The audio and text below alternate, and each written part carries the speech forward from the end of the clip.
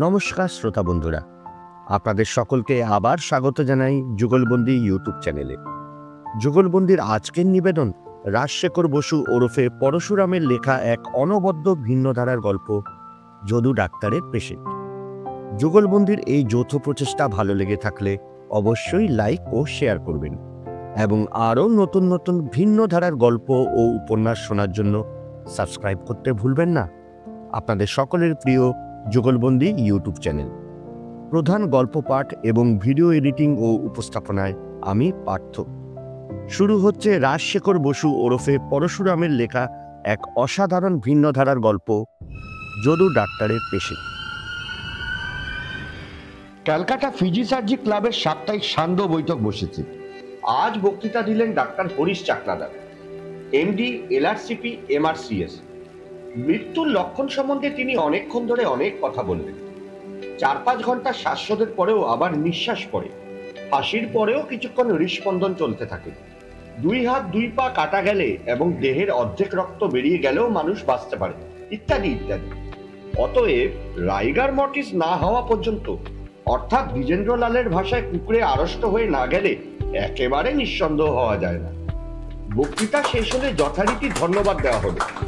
কেউ কেউ নানা রকম মন্তব্যও করলেন। বক্তার সহপাঠী ক্যাপ্টেন বেনি দত্ত বললেন, ওহে হরিশ, তুমি বড্ড হাতে রেখে কথা বলেছ। আসল কথা হচ্ছে, ধর থেকে মুন্ডু আলাদা না হলে নিশ্চিন্ত হওয়া যায় না। শিবপুরের দশরথ কুণ্ডুর কথা শোনোনি বুঝি? বুড়ো হার কঞ্জুস, অগাধ টাকা, মরবার নামটি নেই। ছেলে রামচাঁদ হতাশ হয়ে পড়ল। অবশেষে একদিন বুড়ো মুখ থুবড়ে পড়ে গেল। নিঃশ্বাস বন্ধ হলো, নাড়ি থামলো, শরীর হিম হয়ে ছিটকে গেল। ডাক্তার বললে, আর ভাবনা নেই রামচাঁদ, তোমার বাবা নিতান্তই মরেছেন। রামচাঁদ ঘটা করে বাপকে ঘাটে নিয়ে গেল। বিস্তর চন্দন কাঠ দিয়ে চিতা সাজালে। তারপর যেমন খড়ের নুড়ো জেলে মুখাগ্নি করতে যাবে, অমনি বুড়ো উঠে বসলো। এসব কি বলে ছেলের গালে দিল এক চড়। সবাই ভয় পালালো। বুড়ো গটগট করে বাড়ি ফিরে এসে ঘটককে ডাকিয়ে এনে বললে, রেমোকে ত্যায্য পুত্তুর করলুম, আমার জন্য একটা পাত্রী দেখো।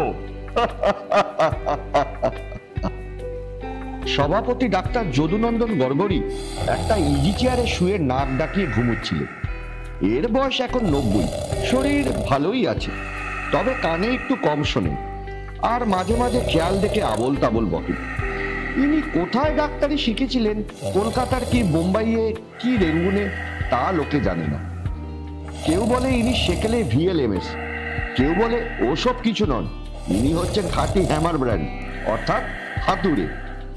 নিন্দুকরা যাই বলুক, এককালে এর অসংখ্য পেশেন্ট ছিল। সাধারণ লোকে একে খুব বড় সার্জন মনে করত। প্রায় 25 বৎসর প্র্যাকটিস ছেড়ে দিয়ে ইনি এখন ধর্মকর্ম, সাধুসঙ্গ আর শাস্ত্রচর্চা নিয়ে দিন কাটাচ্ছেন। ক্লাবের বাড়িটি ইনিই করে দিয়েছেন, সেই জন্য কৃতজ্ঞ সদস্যগণ একে আজীবন সভাপতি নির্বাচিত করেছেন।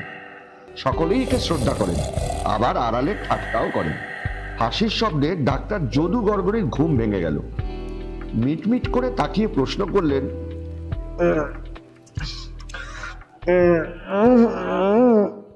বলি ব্যাপারটা কি?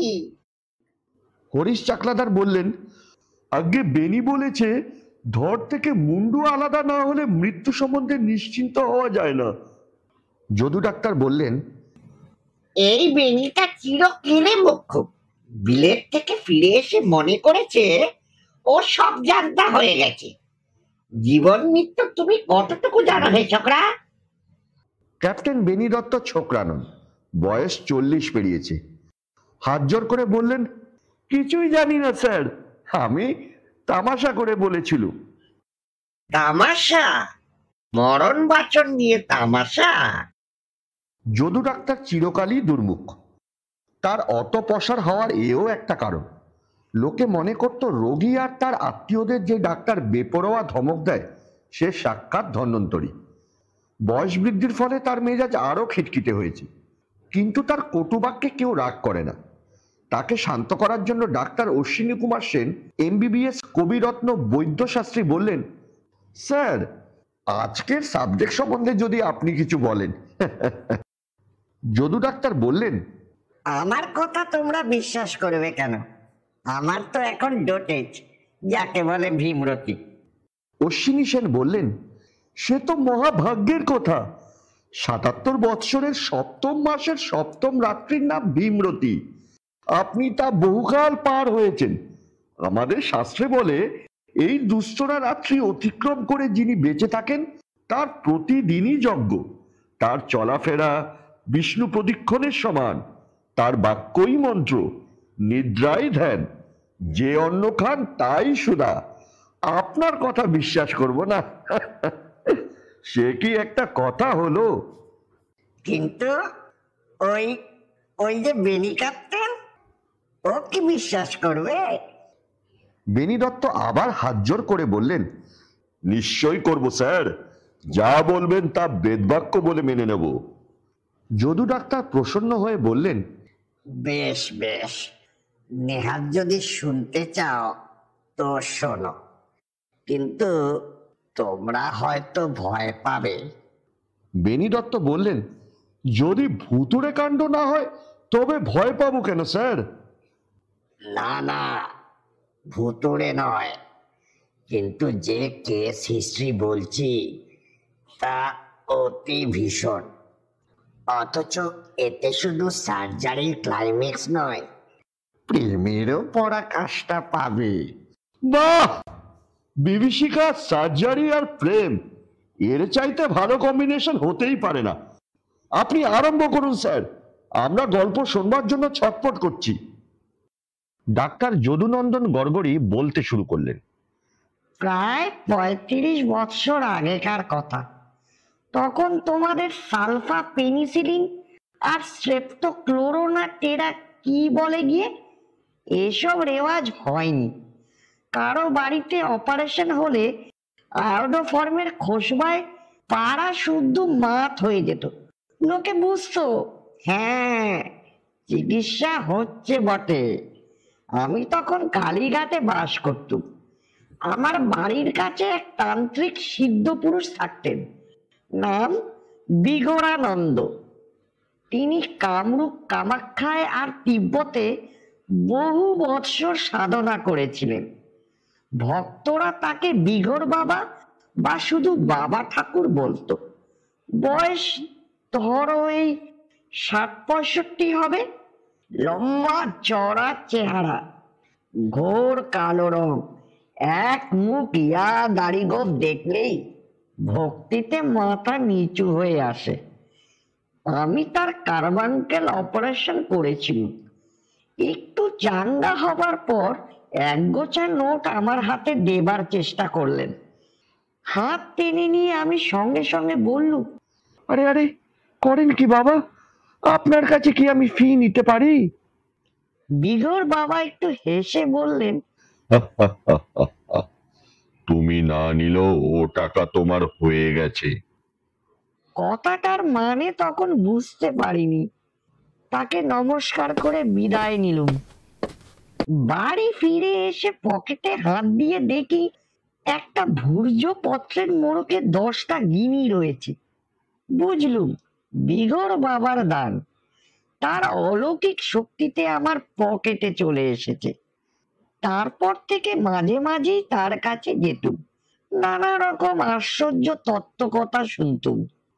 বছর খানিক পরে তিনি কালীঘাট থেকে চলে গেলেন। তার একজন বড়লোক ভক্ত ত্রিবেণীর কাছে গঙ্গার ধারে একটি আশ্রম বানিয়ে দিয়েছিলেন। সেখানেই গিয়ে রইলেন, একাই থাকতেন। তবে ভক্তরা মাঝে মাঝে তাকে দেখতে যেত। তারপর 2 বৎসর তার সঙ্গে আমার আর দেখা হয়নি, খবরও কিছু পাইনি। একদিন বেলা 12টায় বাড়ি ফিরে এসেছি।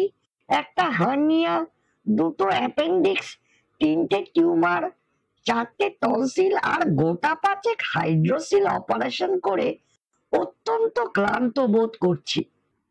নাওয়া খাওয়ার পর স্ত্রীকে বললুম, এই শোনো, আমি বিকেল 4টে পর্যন্ত ঘুমোবো।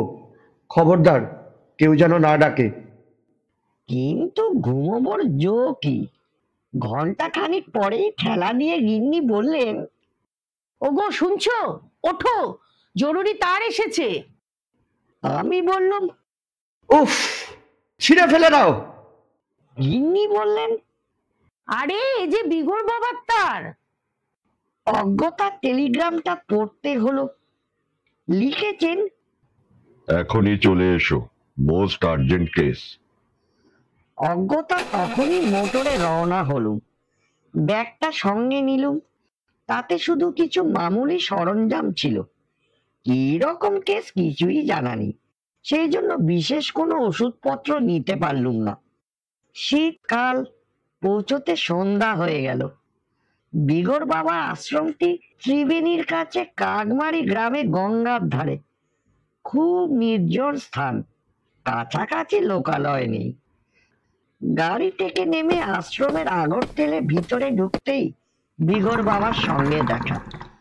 পরনে তার লাল চেলির জোর, কপালে রক্তচন্দনের ফোঁটা, পায়ে খড়গ। হুকো হাতে দাঁড়িয়ে দাঁড়িয়ে তামাক খাচ্ছেন। আমাকে দেখে বললেন, এসো ডাক্তার, যাক, নিশ্চিন্ত হওয়া গেল। এর কোনো ফ্যাসাদ হয়নি। প্রণাম করে জিজ্ঞাসা করলুম, পেশেন্টকে কি হয়েছে? বললেন, আগে ঘরের ভিতরে এসো, সচক্ষে দেখলেই বুঝবে। ঘরটি বেশ বড়, কিন্তু আলো অতি কম। এক কোণে পিল সুজের মাথায় পিদিম জ্বলছে, তাতে কিছুই স্পষ্ট দেখা যাচ্ছে না। একটু পরে দৃষ্টি খুললে নজরে পড়ল ঘরের এক পাশে একটা তক্তাপোষ, বোধহয় বিঘোর বাবা তাতেই শোন। আর এ পাশে মেঝেতে একটা মাদুরের উপর দুজন পাশাপাশি চিত হয়ে চোখ বুজে শুয়ে আছে। একখানা কম্বল দিয়ে সমস্ত শরীর ঢাকা, শুধু মুখ দুটো বেরিয়ে আছে। একজন পুরুষ, জোয়ান বয়স, বোধহয় 25, মুখে দাড়ি গোঁফ, মাথায় ঝাঁকড়া চুল। আর একজন মেয়ে, বয়স এই আন্দাজ 20, কালো কিন্তু সুশ্রী, ঝুটি বাঁধা খোপা, সিঁথিতে সিঁদুর। আমি জিজ্ঞাসা করলুম, এরা স্বামী স্ত্রী? বিঘোর বাবা উত্তর দিলেন, হুম, প্রেমিক প্রেমিকা। কি হয়েছে? নিজেই দেখো না। স্টেথোস্কোপটি গলায় ঝুলিয়ে হেঁট হয়ে কম্বলখানা আস্তে আস্তে সরিয়ে ফেললুম। তারপরেই এক লাফে পিছনে ছিটকে এলুম। কম্বলের নিচে কিচ্ছু নেই, শুধু দুটো মুন্ডু পাশাপাশি পড়ে আছে। ভয়ও হলো, রাগও হলো। বিঘোর বাবাকে বললুম, আমাকে এরকম বিভীষিকা দেখাবার মানে কি? এ এ তো ক্রিমিনাল কেস, যা করতে হয় পুলিশ করবে, আমার কিছু করবার নেই। কিন্তু আপনিও যে মহাবিপদে পড়বেন। এই শুনে বাবা শুধু একটু হাসলেন। তারপর দেখলুম পুরুষ মুন্ডটা পিট পিট করে তাকে চির চির করে বলছে, মনে নেই ডাক্তারবাবু, মনে নেই আমি বেঁচে আছি, মনে নেই। মেয়ে মুন্ডুটাও ডাইনে বায়ে একটু নড়ে উঠল। ডিসেকশন রুমে বিস্তর মরা ঘেটেছি, হরেক রকম বিভৎস লাশ দেখেছি, কিন্তু এমন ভয়ঙ্কর পিলে চমকানো ব্যাপার কখনো দৃষ্টিগোচর হয়নি বাপু। আমি আটকে উঠে পড়ে যাচ্ছিল। বিঘোর বাবা আমাকে ধরে ফেলে বললেন, ওহে গড়গড়ি ডাক্তার, ভয় নেই ভয় নেই, মুন্ডু কাটা গেছে, কিন্তু আমি এদের বাঁচিয়ে রেখেছি। মৃত সঞ্জীবিনী বিদ্যা শুনেছ তো? তার প্রভাবে এরা এখনো বেঁচে আছে। সেই শীতে আমার গা দিয়ে ঘাম ঝরছিল। কোন রকমে নিজেকে সামলে নিয়ে বললুম, এদের ধর কোথায় গেল? ওই যে ওই কোনটায় কম্বলের নিচে পাশাপাশি শুয়ে আছে। বিঘোর বাবা আমার হাত ধরে টেনে নিয়ে গিয়ে বললেন, এই ধর দুটো বাঁচিয়ে রেখেছি, দেখো না তোমার চোঙ্গা লাগিয়ে। স্টেথোস্কোপের দরকার হলো না। বুকে হাত দিয়ে দেখলুম হার্ট আর লাংস ঠিকই চলছে, তবে একটু ঢিমে তালে। বিঘর বাবাকে বললুম, বাবা, ধন্য আপনার সাধনা। বিলিতি বিজ্ঞানের মুখে আপনি জুতো মেরেছেন, কিন্তু এতই যদি পারেন তবে ধরার মুন্ডু আলাদা রেখেছেন কেন? জুড়ে দিলেই তো লেটা চোখে যায়। বিঘর বাবা বললেন, তা আমার কাজ নয়। আমি মৃত সঞ্জীবিনী জানি, কিন্তু খণ্ড যোজনী বিদ্যা আমার আয়ত্ত নয়। ও হলো মুচি বা ডাক্তারের কাজ। মুচি আবার লাশ শোবে না, তার মোটরও নেই যে এই অবেলায় এত দূরে আসবে। তাই তো তোমাকে ডেকেছি, তুমি ধরের সঙ্গে মুন্ডু সেলাই করে দাও। আমি নিবেদন করলুম, বাবা, বাইরের চামড়া সেলাই করলেই তো গলার হাড় আর নলি জুড়বে না। সার্কুলেশন, রেসপিরেশন এবং স্পাইনাল কর্ডের সঙ্গে ব্রেনের যোগ কি করে হবে? সেরিব্রেশন অর্থাৎ মস্তিষ্কের ক্রিয়া চলবে কি করে? কেন চলবে না? দুই ভুরুর মধ্যেই তো আজ্ঞাচক্র ঘুরছে, তাতেই পঞ্চেন্দ্রিয় আর মনের ক্রিয়া চলছে। কাটা মুন্ডু কথা বলছে তা তো তুমি সকর্ণে শুনেছ। কোনো চিন্তা নেই, তুমি সেলাই করে ফেলো। বাবার কথা শুনে আমি বললুম, কিন্তু সেলাইয়ের উপযুক্ত বাঁকা ছুঁচ আর ক্যাটাগর তো আমার সঙ্গে নেই। আর সেপসিস অর্থাৎ পচন বন্ধ করব কি করে? আচ্ছা, তোমাকে একটা গুঞ্চু চার সুতুলি দড়ি দিচ্ছি, পচবার ভয় নেই। দেখছো না, কাটা জায়গায় গঙ্গা মৃত্তিকা লেপন করে দিয়েছি। ওই কাদা শুদ্ধ সেলাই করে দাও। বড়ই মুশকিলে পড়া গেল। আয়োজন কিছুই নেই, অ্যাসিস্ট্যান্ট নেই, নার্স নেই, অপারেশন টেবিল নেই, আলো পর্যন্ত নেই। অথচ বিগড়ানন্দ আমাকে এমন সার্জারি করতে বলছেন যা কস্মিন কালে কোথাও হয়নি। ক্যাপ্টেন বেনি দত্ত বললেন, হয়েছিল স্যার, গজানন গণেশ আর অজানন দক্ষ। আরে আরে, তারা হলেন দেবতা। আচ্ছা বেনি, আজকাল বড় অপারেশনের সঙ্গে তোমরা নাকি হরেক রকম টেস্ট করাও? আগে হ্যাঁ, blood pressure, blood count, blood sugar, x-ray photo, cardiogram প্রভৃতি মামুলি রুটিন টেস্ট তো আছেই। তাছাড়া non protein nitrogen, total heavy hydrogen, body ফ্যাটের আয়োডিন ভ্যালু, হাড়ের ইলাস্টিসিটি, দাঁতের রেডিও অ্যাক্টিভিটি, চামড়ার স্পেকট্রোগ্রাম এসবও দেখা দরকার। অধিকাংশ রোগী আর তার আত্মীয়দের ইন্টেলিজেন্ট কোশেন্ট টেস্ট করালে খুব ভালো হয়। শাসালো পেশেন্ট হলে অন্তত 20 জন স্পেশালিস্টের রিপোর্ট নেওয়া চাই। আর গরিব পেশেন্টকে বলে দিই, উঁচু দরের চিকিৎসা তোমার সাধ্য নয় বাপু। দাতব্য হোমিওপ্যাথি খাও গিয়ে, না হয় পার্শ্বিকের মাদুলি ধারণ করো। যদু ডাক্তার বললেন, আমাদের আমলে অত সব ছিল না। জীব আর নারী, থার্মোমিটার আর স্টেথোস্কোপ এতেই যা করে। আর এই দুই পেশেন্টের তো চূড়ান্ত অপারেশন মুন্ডুচ্ছেদ আগেই হয়ে গেছে, এখন টেস্ট করা বৃথা। যাক, তারপর যা হয়েছিল শোনো। আমাকে দ্বিধাগ্রস্ত দেখে বিঘোরানন্দ আমার কাঁধে হাত দিয়ে বললেন, অত মাথা ঘামিও না ডাক্তার, শুধু সেলাই করে দাও, বাকিটুকু কুলো কুণ্ডলিনী নিজেই করে নেবেন। আমি বললুম, বাবা ঠাকুর, ধরের সঙ্গে মুন্ডু সেলাই করা সার্জেনের কাজ নয়, থিয়েটারের বাবা মুস্তাফার কাজ। তবে বেশ, আপনার আজ্ঞা আমি পালন করব। কিন্তু এই দুজনের হিস্ট্রি তো বললেন না, এদের এমন দশা হলো কি করে? বিঘোরানন্দ ইতিহাস বলতে শুরু করলেন। শোনো ডাক্তার, ওই মেয়েটার নাম পঞ্চি। ওর বাপ হরি কামার, বাঁশবেড়েতে থাকে। পঞ্চির বিয়ে হয়েছে কাকমারি গ্রামের রমাকান্ত কামারের সঙ্গে। রমাকান্ত লোকটা অতি দুর্দান্ত, দেখতে জমদূতের মতন, আর বদরাগী আর মাতাল। সে জমিদার বাড়িতে প্রতি বৎসর নবমী পুজোয় 108টা পাঠা, 10টা ভেড়া আর গোটা 2 মোষ এক এক চোপে কাটে। পঞ্চি তাকে অবশ্য বিয়ে করতে চায়নি, তার বাপ টাকার লোভে জোর করে বিয়ে দিয়েছে। রমাকান্ত বজ্জাত হলেও আমাকে খুব ভক্তি করে, আমার অনেক ফাই ফরমাসও খাটে। সে পঞ্চির উপর অকথ্য অত্যাচার করত, আমি ধমক দিয়েও কিছু করতে পারিনি। এরকম ক্ষেত্রে যেমন হয়ে থাকে তাই হলো। ওই যে পুরুষটার মুন্ডু দেখছো, ওর নাম জটিরাম বৈরাগী। এই পঞ্চি, তোরই তো দেশের লোক, তাই নয় কি? পঞ্চির মাথা উপর নিচে একটু নড়ে উঠে সায় দিলে। এই জটি ছোকরা কীর্তন গায় ভালো, তার জন্য নানা জায়গা থেকে ওর ডাক আসতো। জটিরাম মাঝে মাঝে এই গায়ে এলে পঞ্চির সঙ্গে দেখা করত। শেষটায় দুজনের ভাব ভালোবাসা হলো।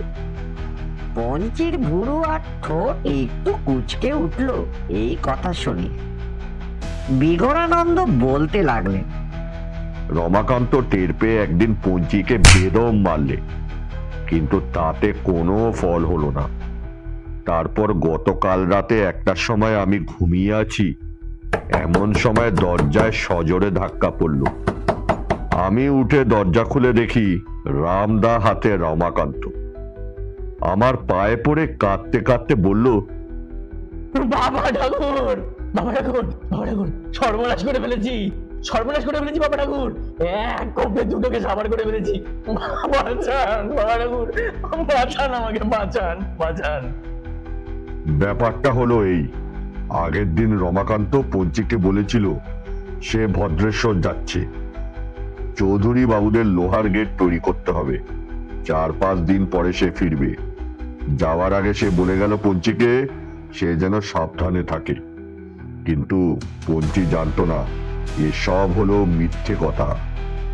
রাত দুপুরে রমাকান্ত চুপি চুপি তার বাড়িতে এলো এবং আস্তে আস্তে ঘরে ঢুকে দেখলে পঞ্চি আর জটিরাম পাশাপাশি শুয়ে ঘুমিয়ে আছে। এই দৃশ্য দেখে তার মাথায় রক্ত উঠে গেল। তারই ঘরে তারই বিছানায় তার স্ত্রী পঞ্চি জটিরামের সঙ্গে শুয়ে আছে। দেখেই রামদায়ের এক কোপে দুজনের মুন্ডু কেটে ফেললে। তারপর ভয় পেয়ে আমার কাছে ছুটে এসেছে। আমি তখনই রমাকান্তর সঙ্গে তার বাড়ি গেলাম। প্রথমেই মৃত সঞ্জীবনী বিদ্যা প্রয়োগ করে পঞ্চি আর জটিরামের সূক্ষ্ম শরীর আটকে ফেললুম। তারপর রমাকান্তকে বললুম, শোন, তুই ধর দুটো কাঁধে করে আশ্রমে নিয়ে চল, মুন্ডু দুটো আমি নিয়ে যাচ্ছি। আশ্রমে এসে রমাকান্ত আমার উপদেশ মতো ধর এক জায়গায় আর মুন্ডু আরেক জায়গায় শুইয়ে দিলে। খণ্ড যোজনের আগে পর্যন্ত এই রকম তফাৎ রাখাই তন্ত্রোক্ত পদ্ধতি, বুঝেছো ডাক্তার? হরিশ চাকলাদার প্রশ্ন করলেন, আচ্ছা, সূক্ষ্ম শরীরও কি দুভাগ হয়েছিল? মুন্ডু আর ধর দুটোই আলাদা হয়ে বেঁচে রইল কি করে? যদু গড়গড়ি বললেন, তোমরা দেখছি কিছুই জানো না। সূক্ষ্ম শরীর ভাগ হয় না, নৈনং ছিন্দন্তি শস্ত্রাণি। তার অ্যানাটমি অন্যরকম, কতকটা ওই অ্যামিবার মতন, কিন্তু ঢের বেশি ইলাস্টিক। ধর আর মুন্ডু তফাতে থাকলে সূক্ষ্ম শরীরে চিটে গুরুর মতন বেড়ে গিয়ে দুটোতেই ভর করতে পারে। যাই হোক, সে আলোচনা অন্য একদিন করব। তারপর বিগড় বাবা যা বলেছিলেন শোনো। রমাকান্ত আবার আমার পায়ে পড়ে বললে, বাবা ঠাকুর, বাবা ঠাকুর, আমি ভুল করে ফেলেছি বাবা ঠাকুর, কিন্তু কিন্তু ফাঁসি যেতে পারবো না আমি। বাবা ঠাকুর বাঁচান, আমি মরতে পারবো না বাবা ঠাকুর, বাঁচান, আমাকে বাঁচান। আমি বললুম, তুই এখনই তোর বাড়ি গিয়ে সব রক্ত ধুয়ে মুছে সাফ করে ফেলবি, আর তোর ওই রামদা গঙ্গায় ফেলে দিবি। তারপর ত্রিবেণীতে গিয়ে এই টেলিগ্রামটা পাঠাবি, তারপর গায়েব হয়ে থাকবি। 1 বৎসর পরে গায়ে ফিরতে পারিস। আমার কথা শুনে রমাকান্ত বললে, কিন্তু কিন্তু বাবা ঠাকুর, লাশের কি গতি করবেন? পুলিশ টের পেলেই তো তদারক করতে আসবে, আপনাকেই তো আসামি বলে চালান করে দেবে। আমি বললুম, তা নিয়ে তোকে ভাবতে হবে না, যা বলছি তুই তাই কর। আমার কথা শুনে রমাকান্ত যে আজ্ঞে বলে চলে গেল। আমার সে টেলিগ্রাম পেয়ে তুমি এসেছো ডাক্তার। এখন আর দেরি নয়, রাত 8টায় অশ্লেষা পড়বে, তার আগে সেলাই করে ফেলো ডাক্তার, নইলে জোর লাগবে না। চলো চলো চলো, আর দেরি নয়। গুণ ছুঁচ আর সুতলি নিয়ে আমি সেলাই করতে যাচ্ছি, এমন সময় দেখলাম মুন্ডু দুটো ফিস ফিস করে আপোষের মধ্যে কথা বলছে।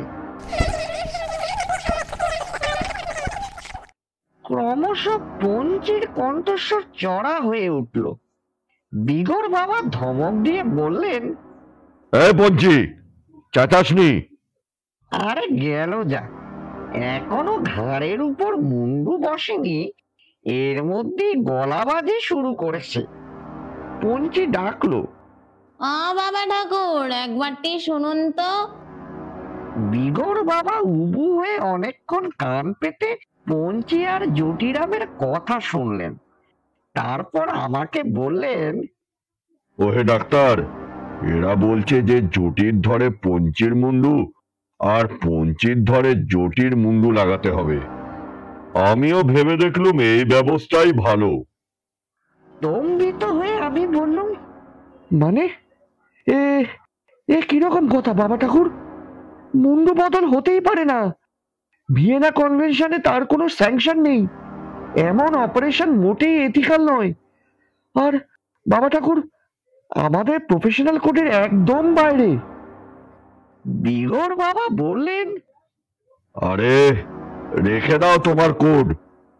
পঞ্চি যদি নিজের ধর আর মুন্ডু নিয়ে বেঁচে ওঠে, তবে যে আবার সে রমাকান্তর কবলে পড়বে। মুন্ডু বদল করলে এদের নব কলেবর হবে, কোনো গোলযোগের ভয় থাকবে না।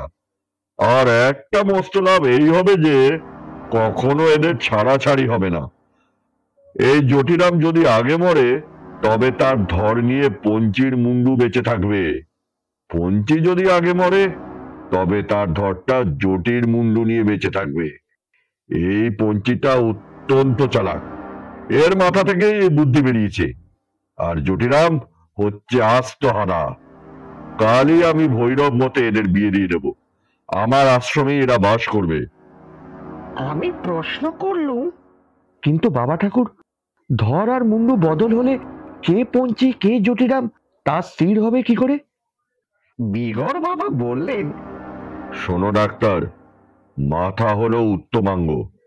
মাথা অনুসারী লোকের নাম হয়, ধর জারি হোক। ক্যাপ্টেন বেনি দত্ত জনান্তিকে বললেন, কিন্তু গণেশ আর দক্ষের বেলায় তা হয়নি। যদু ডাক্তার বলতে লাগলেন, এরপর আর আপত্তি করা চলে না। অজ্ঞতা খণ্ড যোজনের জন্য প্রস্তুত হলুম। অ্যানাস্থেটিক দরকার হলো না।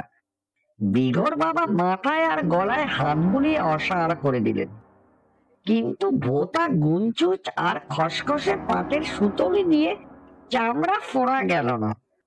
বিঘর বাবা বললেন, ওই পিডিম থেকে রেডির তেল নিয়ে ছুঁচ আর সুতোয় বেশ করে মাখিয়ে নাও। আমি তাই নিলুম। লুব্রিকেট করার পর কাজ সহজ হলো একটু। 8 ঘন্টার মধ্যে মুন্ডুর সঙ্গে ধর সেলাই করে ফেললুম। তারপর বিঘর বাবাকে বললুম, বাবা, এখন এদের শরীরে কিছু তাজা রক্ত পুড়ে দেওয়া দরকার। অভাবে 500 সিসি গ্লুকোজ স্যালাইন, কিন্তু এই পাড়াগায় জোগাড় হবে কি করে? যদি নেহাতি বেঁচে থাকে, তবে এরপর কিছুদিন লিভার এক্সট্রাক্ট, ব্লাড স্পিল আর ভিগারোজেন খাওয়াতে হবে, নইলে গায়ে জোর পাবে না। বিঘর বাবা বললেন, ও সব ছাই বর্ষ চলবে না বাপু। এখন এরা সমস্ত রাত ঘুমোবে। কাল সকালে জেগে উঠলে ঝোলা গুড় দিয়ে খান কতক রুটি পথ্য করবে। তারপর বেলা হলে পঞ্চি ভাত চড়িয়ে দেবে আর লঙ্কা বাটা দিয়ে কাঁকড়া চচ্চড়ি রাঁধবে। তাতেই বলাধান হবে। জটিরাম তো আবার গাঁজা খায়। কিরে, তাই নয় রে জোটে? জটিরাম দাঁত বার করে বললেন। বিঘর বাবা বললেন, বেশ তো, কাল সকালে আমার প্রসাদী ছিলেমে 2-1 টান দিস। এখন খাওয়া চলবে না। গলায় জোরপোক্ত হতে 4-5 ঘন্টা অন্তত সময় লাগবে। এখন খেলে সেলাইয়ের ফাঁক দিয়ে সব ধোয়া বেরিয়ে যাবে। দেখো ডাক্তার, তোমার ফি কিচ্ছু দিতে পারবো না আমি, কিন্তু আজ যা তুমি দেখলে তারই দাম লাখ টাকা। আমি উত্তর দিলুম, উফ, তাতে কোনো সন্দেহ নেই বাবা। আমার চক্ষু কর্ণ সার্থক হয়েছে। সমস্ত অহংকার চূর্ণ হয়ে গেছে। দেখুন, গা দিয়ে ঘাম ছুটছে, আগা পাঁচতলা রোমাঞ্চিত হয়েছে। বাবা, আমি ধন্য হয়ে গেছি। এখন এখন যদি অনুমতি দেন, আমি বাড়ি ফিরে যাই, 2 ডোজ ব্রোমাইড খেয়ে নার্ভ ঠান্ডা করে শুয়ে পড়ি। এই বলে বাবাকে প্রণাম করে সেই রাত্রেই কলকাতায় ফিরে এলুম। ডাক্তার অশ্বিনী সেন বললেন, কিমাশ্চর্য মতবরম। ডাক্তার হরিশ চাকলাদার বললেন, ওরে বাবা, ফ্লেভারগাস্টিং মিরাকেল। ক্যাপ্টেন বেনি দত্ত শুনে বললেন, অতি খাসা, পরকীয়া প্রেমের এমন পারফেক্ট পরিণাম বৈষ্ণব সাহিত্যও নেই, আর সিম্বায়োসিসের এমন চমৎকার দৃষ্টান্ত বায়োলজির কেতাবেও পাওয়া যায় না। আচ্ছা স্যার, নায়ক নায়িকার তো একটা হিল্লে লাগিয়ে দিলেন, কিন্তু ওই রমাকান্তর কি হলো? ডাক্তার যদু গড়গড়ি বললেন, শুনেছি 1 বছর পরে সে চুপি চুপি বিঘর বাবার আশ্রমে এসেছিল, কিন্তু জটি আর পঞ্চিকে দেখে ভূত পেতনি মনে করে তখনই ভয়ে পালিয়ে যায়। তারপর থেকে সে নিরুদ্দেশ। আহা, তার জন্য দুঃখ হয়। বেচারা খুন করেও বউকে সায়স্তা করতে পারলো না। নামটাই যে অপয়া। ডাইনে বায়ে যেদিক থেকে পড়ুন পাবেন রমাকান্ত কামার। আমাদের সুবল বসুও তো তার দুমুখ নামের জন্য উন্নতি করতে পারছে না। আচ্ছা স্যার, তারপর কখনো আপনি পঞ্চি আর জটিরামকে দেখেছিলেন? দেখেছিলুম। 2 বছর পর বিঘর বাবা চিঠি লিখলেন, ডাক্তার, মাঘ সংক্রান্তির দিন জটি পঞ্চির ছেলের অন্নপ্রাশন, তুমি অবশ্যই আসবে। বাবার যখন আদেশ তখন যেতেই হলো। কি দেখলেন গিয়ে? দেখলো বিঘর বাবা ঠিক আগের মতন লাল চেলির জোর পরে দাঁড়িয়ে দাঁড়িয়ে হুঁকো টানছে। পঞ্চি তার মস্কুলার মদ্দা হাতে একটা মস্ত কুড়ুল নিয়ে কাঠ চেলা করছে। জটিরাম রোয়াটে বসে একটা পিঁড়িতে আলপনা দিচ্ছে আর কোলের ছেলেকে মাই খাওয়াচ্ছে।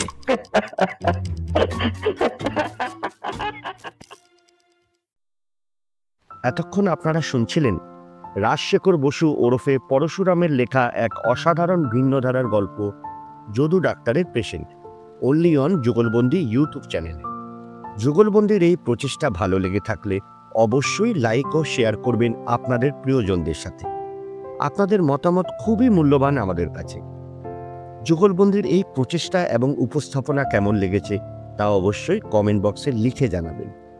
এতে যুগলবন্দি আরও উৎসাহিত এবং অনুপ্রেরণা পাবে আপনাদের কাছে আরও ভিন্ন ধারার গল্প শোনাবার জন্য। আরও নতুন নতুন বিভিন্ন লেখকের লেখা গল্প ও উপন্যাস শোনার জন্য সাবস্ক্রাইব করতে ভুলবেন না যুগলবন্দি ইউটিউব চ্যানেল। যুগলবন্দি অঙ্গীকারবদ্ধ আপনাদের সকলকে নিয়মিত অনুসারে বিভিন্ন লেখকের রচিত এমন গল্প শোনাতে যা শ্রোতাদের মন ছুঁয়ে যাবে। দেখা হচ্ছে খুব শীঘ্রই শব্দের সুরে, গল্পের জগতে। ভালো থাকবেন সবাই।